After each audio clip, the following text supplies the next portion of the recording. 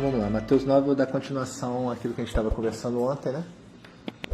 Ontem a gente falou a questão daqueles que queriam seguir a Cristo, né? E talvez não tivessem consciência do que aonde estavam se metendo, vamos dizer assim, né? E Cristo fala que para você o seguir, você tem que estar disposto a passar pelo desamparo. É isso. Basicamente é isso, né? Aí a gente entra no capítulo 9, quando trazem para ele o paralítico, né? E Jesus, ele deixa claro que tanto perdoar quanto curar são atributos divinos, né? Quando ele faz a pergunta retórica, o que é mais fácil? Nenhum dos dois é fácil, essa é a questão. Os dois são igualmente difíceis, tanto o perdão quanto a cura. E nós fomos comissionados como igreja a exercer essas duas coisas, né? Então, basicamente foi isso que a gente falou. Cara, acho que isso foi o resumo mais rápido que eu já fiz de uma coisa que eu falei no dia anterior. Mas beleza.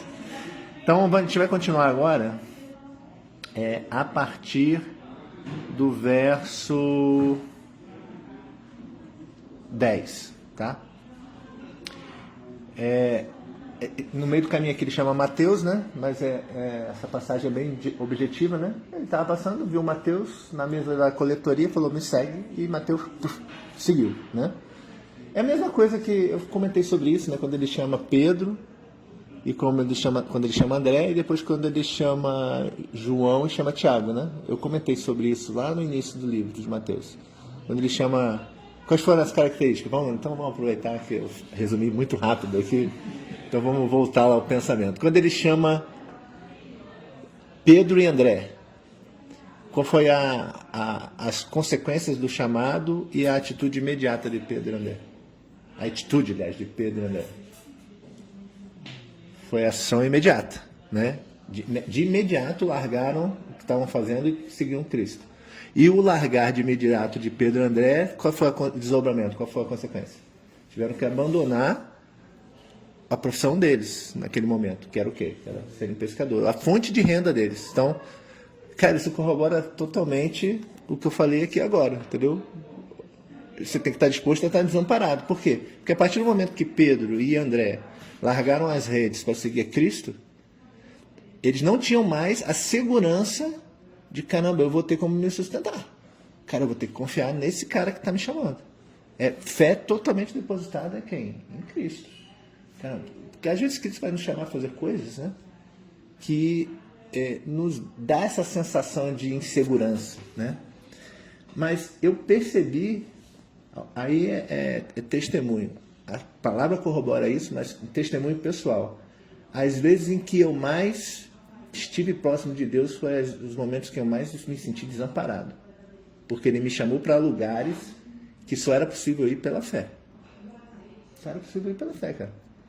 Assim, e aí foram nesses momentos que eu vi Deus fazendo maiores coisas. Eu já dei várias vezes esse testemunho aqui, mas me veio à cabeça agora aquela vez que eu contei que fui pregar na boca de fumo pro traficante, né? Pro filho do traficante.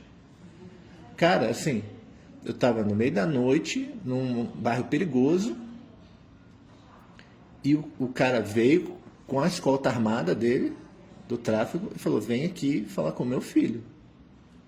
Poxa, cara, assim, a insegurança da vida, entendeu? Caramba, será que eu vou morrer? Entendeu? Sabe qual é o risco de eu ir falar uma coisa que esse maluco não gostar e, sei lá, o cara, no mínimo, me disciplinar, né? Disciplinar, né? Fisicamente, né? Cara, mas eu falei assim, cara, Deus mandou vir aqui. Deus mandou fazer essa atividade aqui à noite. E eu orei e confiei em Deus. Eu não estou fazendo isso para mim, eu podia estar em casa dormindo. Então, assim, não estou fazendo para mim. Para mim é desgastante estar aqui, é cansativo e eu não faço de boa vontade. Assim, caraca, então você não é crente. Não, pessoal, eu quero dizer para vocês que exige maior compromisso e disciplina espiritual fazer o que você não gosta do que o que você gosta. Tipo assim, ó, estou mandando Ferreira você ir comer chocolate, cara, essa é a sua missão. Coma chocolate, entendeu? E assistir Dorama. Né? Essa é a missão que eu dei para você na vida. Esse é o seu propósito. Caraca, você vai de boas, hein? Sem engordar. De boa, entendeu? Agora, quando ele fala, não sai da zona de conforto. Você vai fazer o que sua carne não quer fazer. O teu eu não deseja essas coisas. O nascimento do neném. Então, é por isso que eu tenho essa ligação. Né? Então ele chamou Pedro e André nesses modos, e chamou depois Tiago e João, também nesses modos, mas ali tem um a mais que é deixar um pai. Deixar um pai, ou seja, não só os vínculos profissionais no primeiro momento, mas depois na segunda dupla tem os vínculos familiares. Que tem tudo a ver com esse capítulo que a gente conversou ontem, né? Tem tudo a ver, né? Tem tudo a ver com aquela fala de Cristo falando, olha, você não pode amar mais as coisas dessa vida ou amar mais sua família do que você ama a mim. Porque senão você não é digno de mim, você não consegue caminhar comigo. Que tem a ver com essa passagem que ele fala, olha, o filho do homem não tem onde reclinar a cabeça. Então você já pensou o que você está me pedindo? Você está me pedindo para me seguir, né?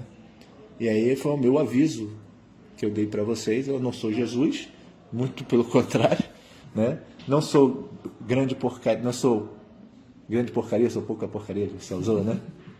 Não sou nada, eu não sou nada. Mas eu acho que eu ando com Cristo. Eu ando na dependência dele. Então, se você quer andar comigo, você vai andar com Jesus. É isso, é isso. Eu vou impor um ritmo, é o guia, né? Deus me botou, meu guia é Cristo. E eu estou ali seguindo ele. Então, se você vai andar comigo, você vai andar no ritmo de Cristo, porque eu estou andando no ritmo dele. É isso. Então, vocês têm que estar preparados para isso. Então, o meu chamado a vocês é um chamado de desapego, de renúncia, de quebra de expectativas. Para quê? Para que vocês possam alcançar a estatura do varão perfeito, ou seja, para vocês nascerem em Cristo, no Espírito, experimentar o que está lá em João 3, e a partir daí estarem aptos ao crescimento. Se não houver essa ruptura, você não está apto para o crescimento. Por isso que lá na frente Paulo vai falar o que sobre questão de alimento usando essa referência espiritual. Fala, olha, você já era para estar em um outro nível, né?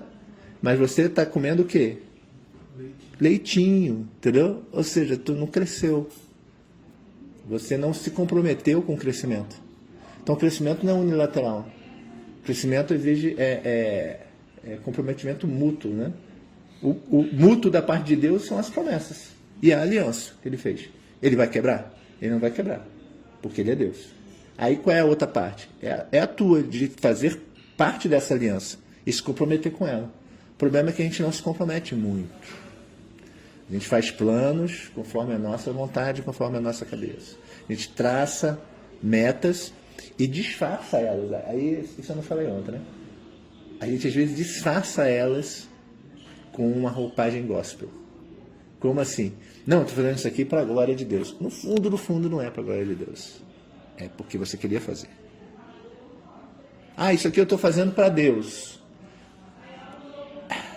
Vamos lá. Se você não conversou com Deus antes, se isso não tirou você de uma zona de conforto que agrada a tua carne, grande chance de que aquilo não é para Deus, é para você. Porque Deus não vai pedir para você fazer nada que agrada a tua carne, velho. Por quê? Porque a carne milita contra o espírito, não sou eu que estou dizendo, é a palavra. Então, normalmente, tudo aquilo que Deus te pede para fazer é desconfortável para você. Então, começa a pensar assim, caramba, isso está gerando, caraca, olha, o homem santo chegou, cara, perguntei de você ontem. Aí falaram assim, não, Cabo não frequenta essa reunião. Rapaz, saudade de você, né? Então, para quem está ouvindo a gravação aqui, é o Carvalho que chegou aqui. Então, é o seguinte, o que Cristo chama de fazer, muitas vezes é desconfortável. Aí você, que é inteligente, você já está pensando na sua cabeça assim, mas Deus te deu, Dantas, o dom de ensinar. Ele te chamou para ensinar. E isso não é confortável para você, porque você gosta disso. Então você se sente preenchido por isso. Irmãos, eu ensinar, se dando vazão à minha carne é uma coisa, ensinar dando vazão ao espírito é outra. Não é confortável para mim ter que abdicar de horas da minha família para poder estar com Ferreira, estar com Arcelino, estar com Gomes, estar com Pierre. Não é.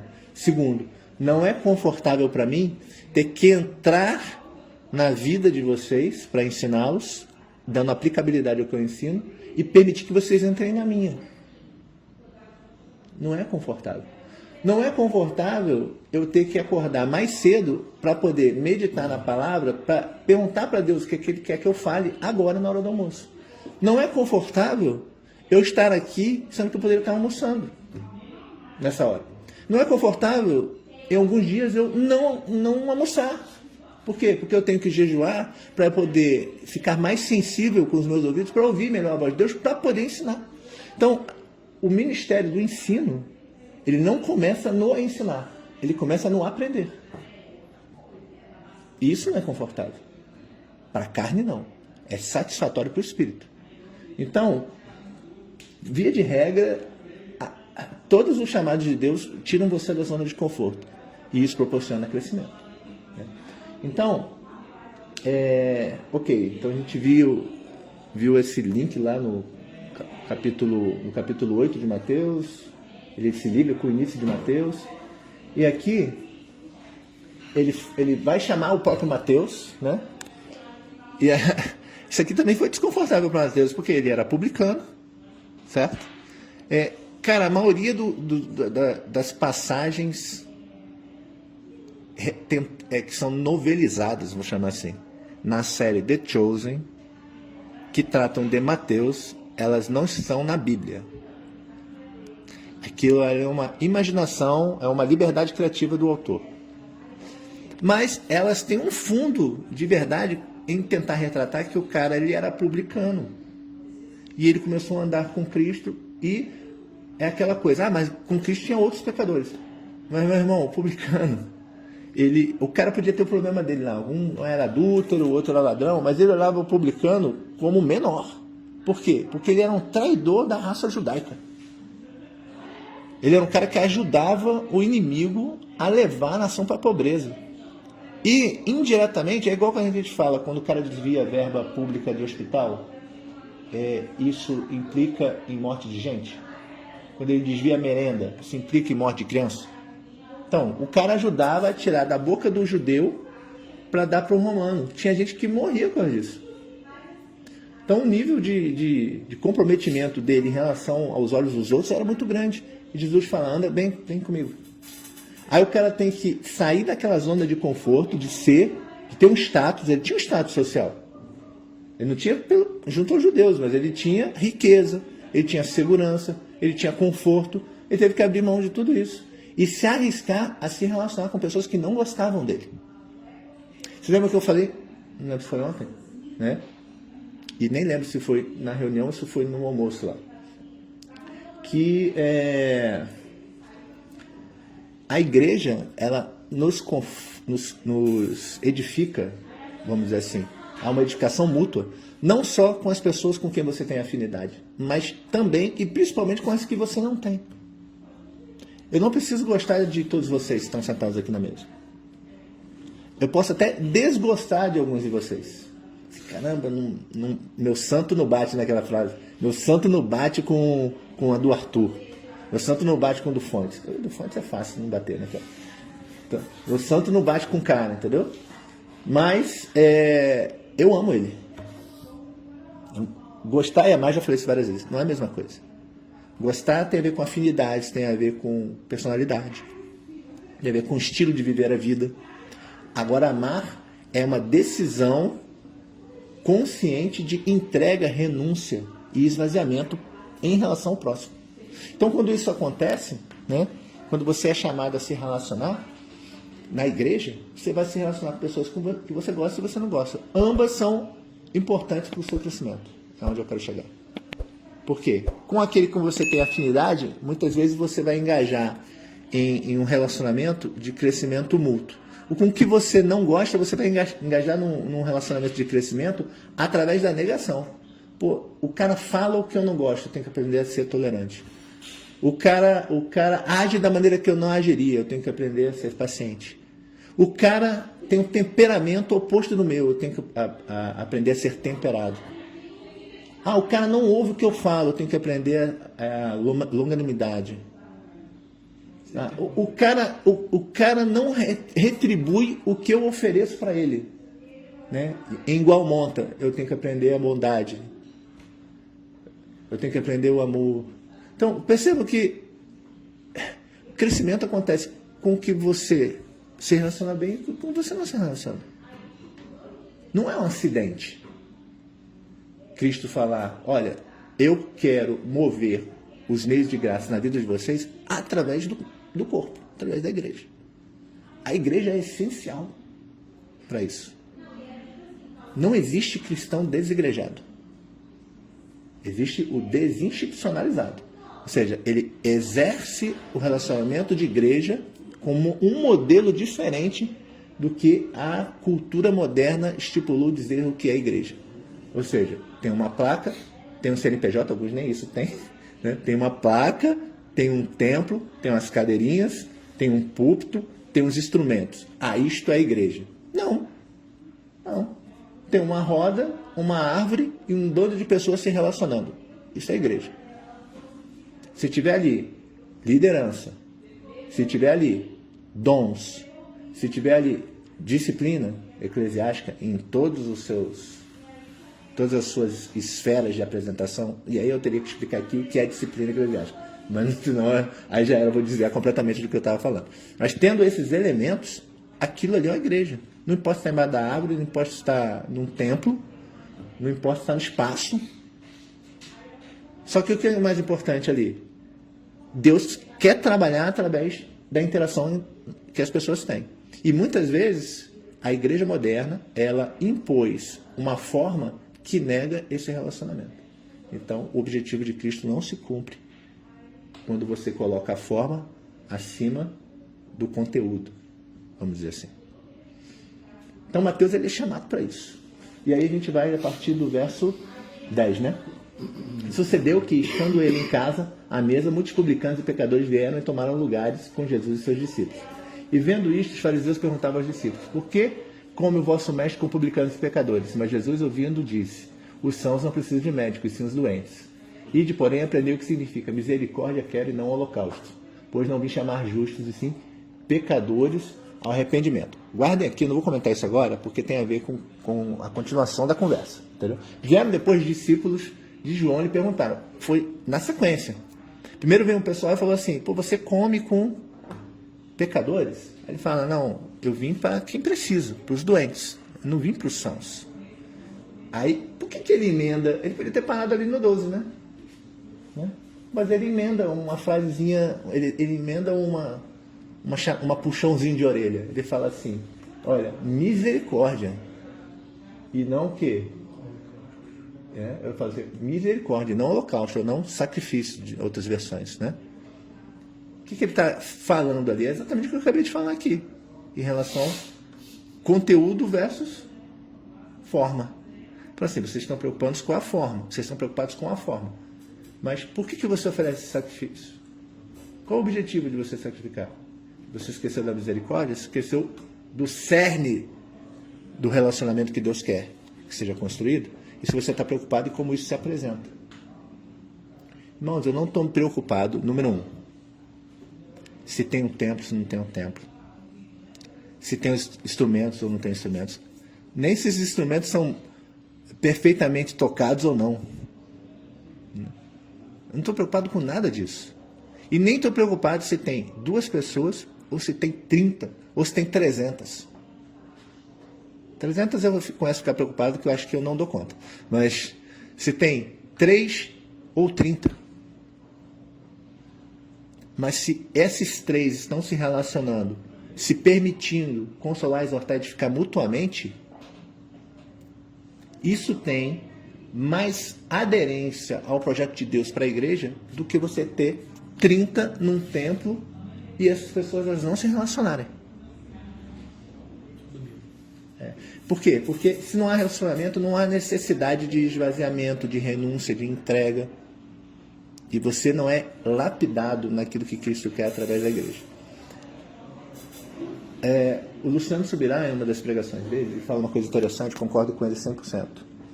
Eu concordo com ele em várias coisas, na verdade. Ele é um dos pregadores que eu tenho o maior percentual de concordância. Percentuais de concordância com ele eu tenho vários, né? E ele fala uma coisa interessante, né? Que às vezes a pessoa chega para ele e fala assim, Oh, pastor, o senhor é meu pastor virtual. Aí ele fica, eu até pensei, se um dia encontrar ele pessoalmente, né? Tá aí um cara que eu não conheço, fala que eu conheço todo mundo.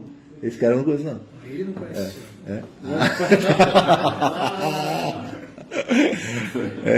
Um dia encontrar ele pessoalmente, acho que eu vou fazer uma pegadinha, meu Deus. Ô, pastor, o senhor é meu pastor virtual. Aí dá pra ver a cara dele assim, eu falo, tô brincando, eu sei que você não gosta. Mas ele fala que ele fica pé da vida com isso, né? Porque não existe essa de pastor virtual. Assim como não existe essa de igreja virtual. Por quê? As pessoas acham que a igreja, não, tá todo mundo aqui entrando numa live e todo mundo assistindo uma pregação. Não, isso não é igreja. Assim como um dia o Ferreira falou assim, não dá pra gente continuar o nosso pastoreio, né, se um dia eu for transferido. Eu falei, não dá. Não dá, não estou lá vivendo contigo, eu não estou olhando no olho, eu não estou caminhando junto, entendeu?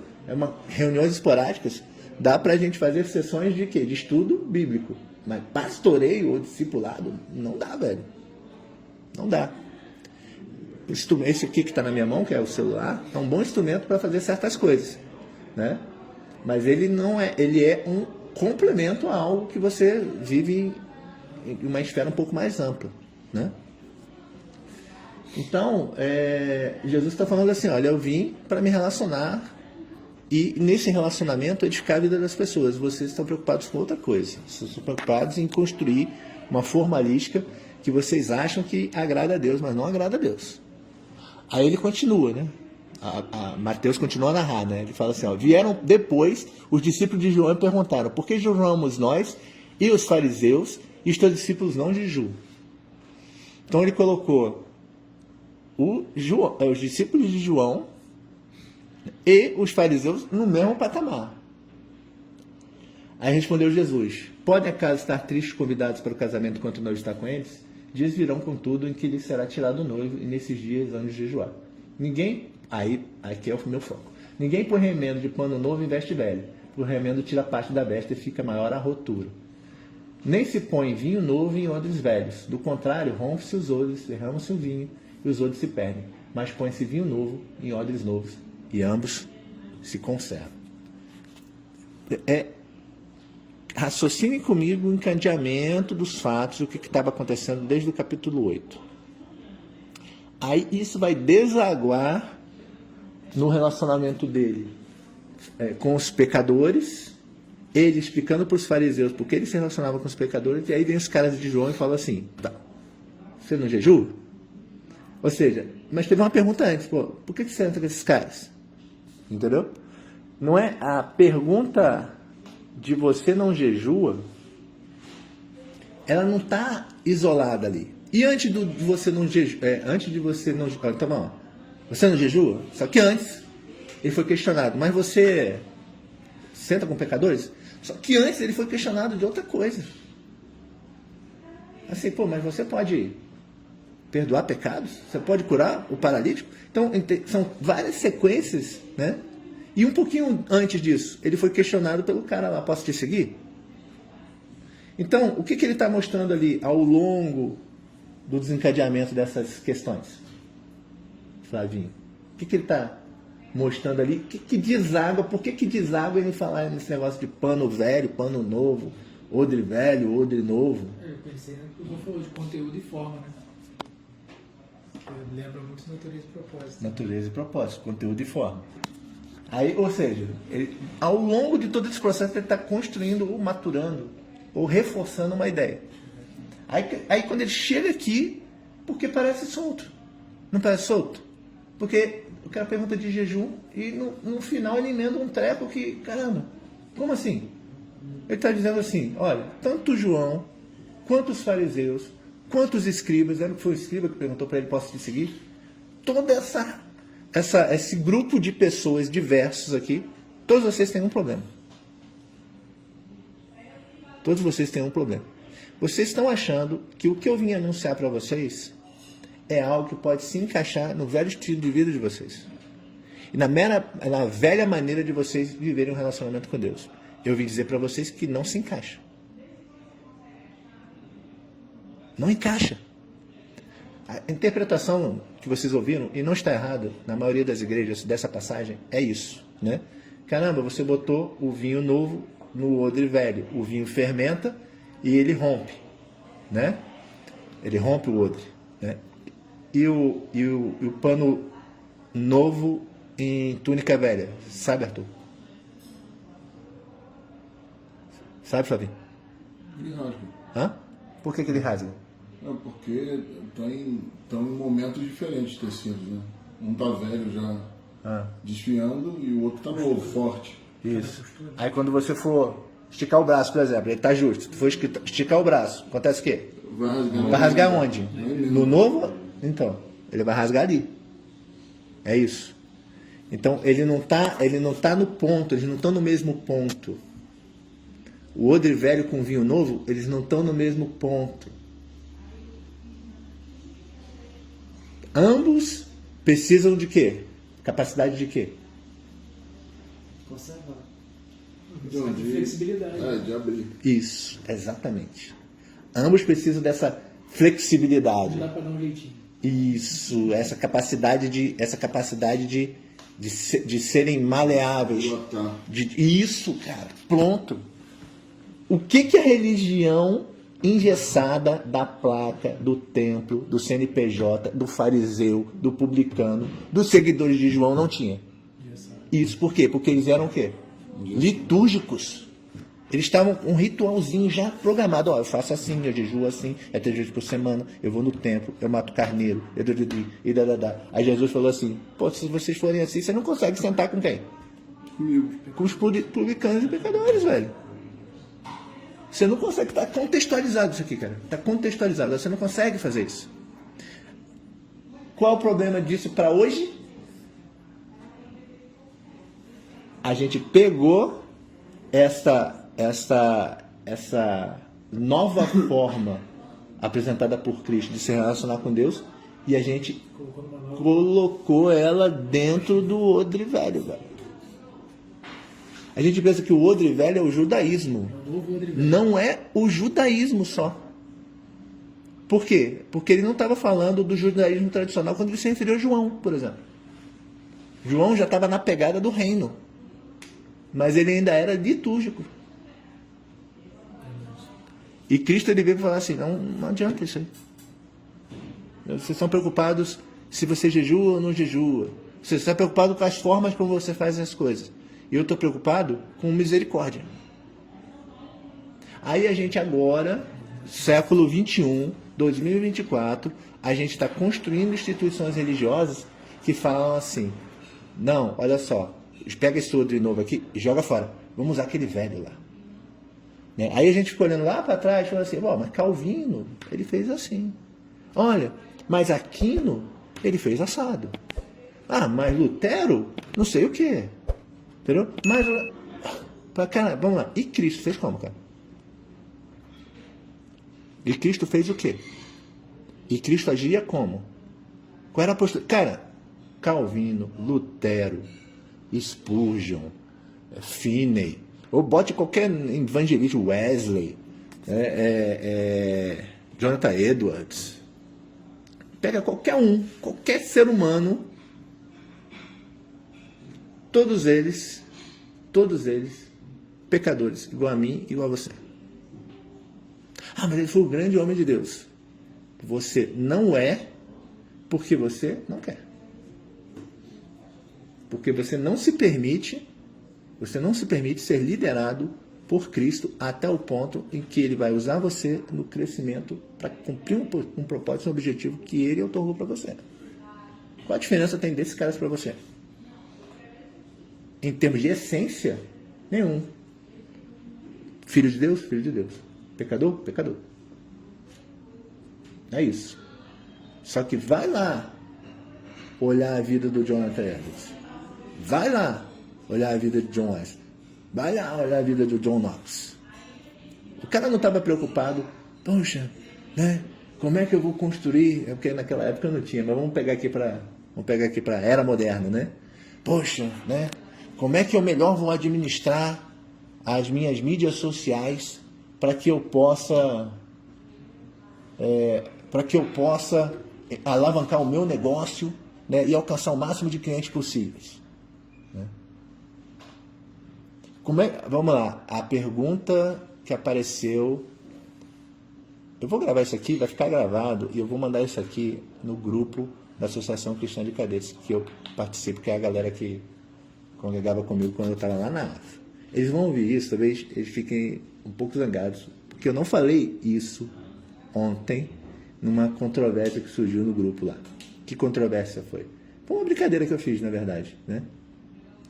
Que a galera estava perguntando, tem uma galera vindo para Brasília, né? Perguntando, alguém pode indicar uma boa igreja reformada em Brasília? Alguém pode indicar uma igreja reformada, boa para congregar, não sei o quê? Aí que eu pensei, presbiteriano não sei das quantas, batista não sei dos quê, lá. Aí alguém comentou, presbiteriano Vinho Novo, que é de um cara que eu considero um homem de Deus, assim, um dos caras mais firmes em Deus, era pelo menos, né? Há uns anos atrás, não me pergunto sobre o nome dele, Léo, conhece ele como Léo, cara de Deus, cara firme, né? E aí alguém comentou, tu lembra que a igreja dele começou na casa dele? Aí eu, opa, minha deixa. Aí eu falei assim, na casa dele? Não é possível, devia ser um bando desigrejado, né? Pecador, né? Esse cara não, isso pra mim tá com cara de heresia, né? Eu fiz uma zoação assim, né? Eu falei assim, tinha que ter um templo, né? E uma placa, e de preferência na placa tinha que ter a palavra reformada, porque senão eu não passo nem na porta. Tipo isso. Entendeu? Aí eles entenderam a brincadeira que eu quis fazer. Porque eles sabem que eu sou bastante desinstitucionalizado. Não era na época que estava com eles. Eu acho que eu não deixei uma boa herança. Por quê? Qual foi a minha preocupação? No final das contas, por que eu fiz a brincadeira? Você está sendo transferido para uma outra cidade. Qual a primeira pergunta que você tem que fazer? O que Deus quer de mim lá, né? Isso, o que Deus quer que você faça lá, né? Isso pode ou não envolver uma igreja institucional. Ou seja, eu não estou desqualificando a igreja institucional. Pode ser que Deus fale, vá para Batista Reformada, não sei das quantas. Tem que ter reformada não. Batista Reformada de Calvino, dos velhas tradições. Aí o cara vai lá e... Do Odre Velho. Igreja Batista do Odre Velho. Aí o cara, vai lá, eu quero que você vá lá. Cara, se Deus falou para você ir lá, ele tem um propósito para você lá. Para quê? Para você chegar lá e virar o vinho velho? Não, você está vindo com um vinho novo. Se você está vindo com um vinho novo, é para romper o quê? O odre velho. Para romper o odre velho. Talvez Deus esteja te gerando lá para você romper o odre velho e levar as pessoas à consciência. Caramba, tem algo maior e melhor além da institucionalização. Você não precisa se desfazer do tempo, você não precisa se desfazer da placa. Mas mude a forma como você vive o Evangelho. Então foi só por isso que eu fiz aquela brincadeira, que eu estava... Pode ser que estejam preocupados com isso, sim, eu não sei, eu não estou no coração deles. Mas,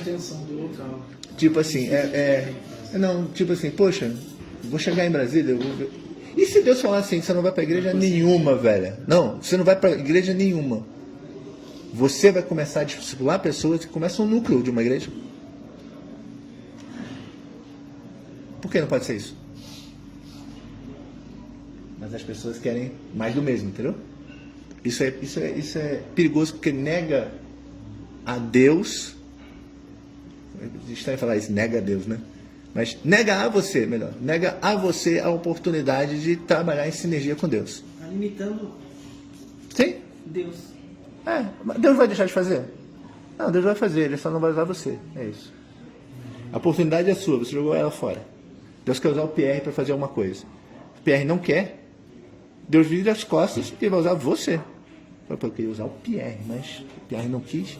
Aí o calvinista puxa o cabelo, né? A cabeça assim, que não, se Deus quer usar o Pierre, vai usar o Pierre, não importa se o Pierre quer, se o Pierre não quer. Ele está predestinado. Cara, eu não vejo isso nas escrituras, entendeu? Da mesma forma que eu vejo que tem hora que Deus vai falar, eu quero usar o Pierre. O Pierre vai falar, não quero. Eu não me interessa, eu não quero. É tipo isso. Então, tem as duas coisas, pessoal. Então, você calvinista que me ouviu, ficou chateado porque eu falei que não é. Tem hora que é, tá? Então, assim então... Então Deus é o quê? Deus é Deus, velho. Então, Deus uma hora é uma coisa, Uma hora, não. Ele é uma coisa só, porque dele não há mudança nem sombra de liberação. Mas uma hora ele age de uma maneira, outra hora ele age de outra. Ele não age só de uma maneira. É isso. Então Deus é pleno. Né? Então aqui, acho que deu horário já? Deu. Então é isso, pessoal. O que Jesus está falando aqui? Olha, eu vim para trazer algo novo. E esse algo novo não cabe nas velhas formas. Não cabe no velho estilo, não cabe nas velhas liturgias, não cabe no velho formalismo. Com a aplicabilidade, hoje a gente está retornando às velhas formas, aos velhos formalismos, às velhas liturgias.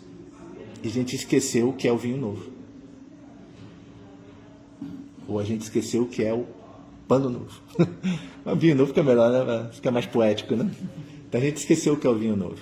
Então, hoje, você que está ouvindo a pregação da gravação, e vocês que estão aqui comigo, né?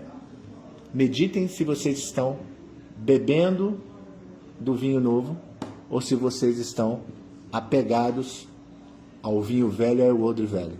Se vocês estão voltando ao velho estilo, às velhas liturgias, às velhas formas, e não estão se permitindo serem usados como Cristo foi, para sentar com publicanos e pecadores e para anunciar que eles têm Pai. Que são pecadores, mas que têm Pai, desde que eles queiram essa filiação. Amém? Alguém quer perguntar alguma coisa? Eu queria complementar, na verdade, não sei se faz sentido, mas é bom que o senhor já corrija se estiver errado. Quando ele fala essa parte de tirar, ninguém põe remendo de pano novo e veste velho, porque o remendo tira parte da veste. Dá a entender aqui que é pior porque ele vai tirar do novo. Então ele vai cortar de um pano que é novo, ele vai tirar um pedaço desse pano que é novo para colocar num outro pano que está rasgado, que é o velho. Então, trazendo para esse raciocínio que o senhor trouxe, é como se a gente pegasse o ensino de Cristo, que é o Evangelho genuíno, e aí a gente extrai uma parte dele, se apropria dela e coloca na nossa interpretação. Na verdade é o seguinte, quando você... Lembra quando tem uma parte que... É que o novo tem que renovar tudo, né? A boca da pessoa assim, nasceu de novo. Não só uma pessoa. Quando você tenta encaixar o Evangelho e adapta ele a algo que não é natural dele, é pior do que se você continuasse só no velho. É isso que ele está falando. Então, você tentar incluir, adaptar a mensagem do Evangelho, você que é evangelista, você tentar adaptar a mensagem do Evangelho às velhas formas, a consequência é pior do que se você deixasse o cara quieto lá nas velhas formas, entendeu? É isso que ele está dizendo. Então, olha, o estrago é muito maior. Por quê? Muito porque o cara pensa que está servindo a Deus, ele pensa que está vivendo o Evangelho, mas ele não está. Aí a cabeça do cara, para você chegar para ele e falar assim, cara, eu acho que o que você vive não é Evangelho. Dependendo do líder, vive do projeto. Ou então, cara, olha, isso também, dependendo do líder, vive no projeto. Caraca, é revelamento. ou você, para você sentar com o cara e explicar isso para ele, a cabeça do cara tá tão engessada na liturgia, no formalismo, no ritualismo, e ele acha que ele serve a Deus. Imagina, o nível de intervenção espiritual, você tem que estar movido no Espírito Santo para você chegar para o cara e falar assim, cara, eu acho que é isso que você vive e pensa que é a igreja, não é a igreja. É uma religião. É a meia verdade, né? Porque a igreja não é uma religião. A igreja é um corpo. Isso que você vive não é igreja, é religião. Entendeu?